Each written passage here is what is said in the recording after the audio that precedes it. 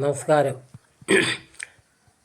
ഈ കേരള ഗ്രാമീണ ബാങ്കിലാണ് അക്കൗണ്ട്. ഞാൻ ഒരു 50,000 രൂപയും കൊണ്ട് ഈ കേരള ഗ്രാമീണ ബാങ്കിൽ കൊണ്ടിടാനായിട്ട് പോയി. പൈസ കൊണ്ടിട്ടപ്പോൾ അവരെൻ്റെ എന്നോട് പറയുകയാണെങ്കിൽ 500 രൂപ കുറവാണെന്ന് പറഞ്ഞ്. ഞാൻ എൻ്റെ കയ്യിൽ നിന്ന് 500 കൂടി കൊടുത്ത് അവിടെ പൈസ ഇട്ട് തിരിഞ്ഞ് പോന്നു.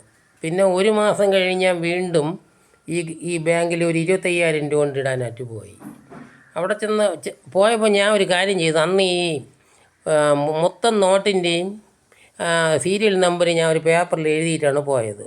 അത് രാവിലെ ഫസ്റ്റ് ചെന്ന് കൗണ്ടറിൽ നിന്ന് ഈ പൈസ അങ്ങ് കൊടുത്തപ്പോൾ അവരെന്നോട് പറയാണ് 500 രൂപ കുറവാണ്. ഞാൻ പറഞ്ഞ ഞാൻ ഒരുപാട് പ്രാവശ്യം എണ്ണിക്കൊണ്ടുവന്ന പൈസയാണ്, അതുകൊണ്ട് ഇവിടെ വേറെ ആരും വന്നൊന്നുമില്ലല്ലോ ഇവർ, ആ പൈസ ഇവിടെ തന്നെ ഉണ്ട്, പൈസ എങ്ങും പോയില്ല എന്ന് പറഞ്ഞു. അങ്ങനെ സംസാരമായപ്പോൾ അവരെന്നോട് പറയാണ് ഞാൻ ഇവിടെ ഈ തറയിലൊക്കെ ഒന്ന് നോക്കട്ടെ, ചിലപ്പോൾ ഇവിടെ എവിടെയെങ്കിലും കാണും. തറയിൽ നോക്കിയിട്ട് പറയാണ് കിട്ടി. ശരി, ഞാൻ പിന്നെ അവിടെ വലിയ പ്രശ്നമൊന്നും ഉണ്ടാക്കിയൊന്നുമില്ല.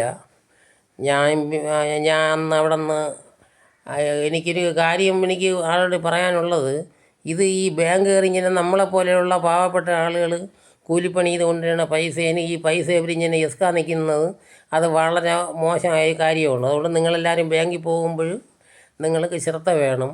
പൈസ മിസ്റ്റേക്കാണെന്ന് പറയുമ്പോൾ ഇവരൊരു പരിപാടി ചെയ്യും, അതിലാണ് നമ്മൾ വീഴുന്നു പോണത്. ഉടൻ തന്നെ കൗണ്ടിങ് മെഷീനിൽ ചെണ്ണും, അത് നോക്കണം, ഒരു 49.5 രൂപയേ ഉള്ളൂ, ഇത് 500 ഒരു നോട്ട് കുറവ്, ഇങ്ങനെ പറയും. അപ്പം നമ്മൾ പറയും അല്ലല്ല, ഒന്നുകൂടി മെഷീനിൽ വെച്ച് എണ്ണണം. ഈ കൗണ്ടിങ് മെഷീനാണെങ്കിലും വെച്ച് എണ്ണുമ്പോഴാണ് നമുക്കത് വിശ്വാസമാണ്. നമുക്ക് പിന്നെ എവിടുത്തെ കാര്യം ഒന്നും പറയാനും നോക്കിയൊന്നുമില്ല, ഇതാ നോക്കണമെന്ന് പറയും. പക്ഷേ സംഭവം ഇതിനകത്ത് കൂടി ഇവർ അണ്ടർഗ്രൗണ്ട് പരിപാടി നടത്തുന്നതൊക്കെ ആർക്കും ഇത് കണ്ടുപിടിക്കാൻ പറ്റില്ല. പിന്നെ ഇത് ഞാൻ ഇങ്ങനെ അറിഞ്ഞ സ്ഥിതിക്ക് ഞാൻ ഈ ലക്ഷം ആളുകൾ ഈ ബാങ്കിൽ പോണത് കൊണ്ട് നിങ്ങളെല്ലാം ഇത് ശ്രദ്ധിച്ചോളണം. ഇത് വൻ വെട്ടിപ്പും വൻ ചതുവുമാണിത്.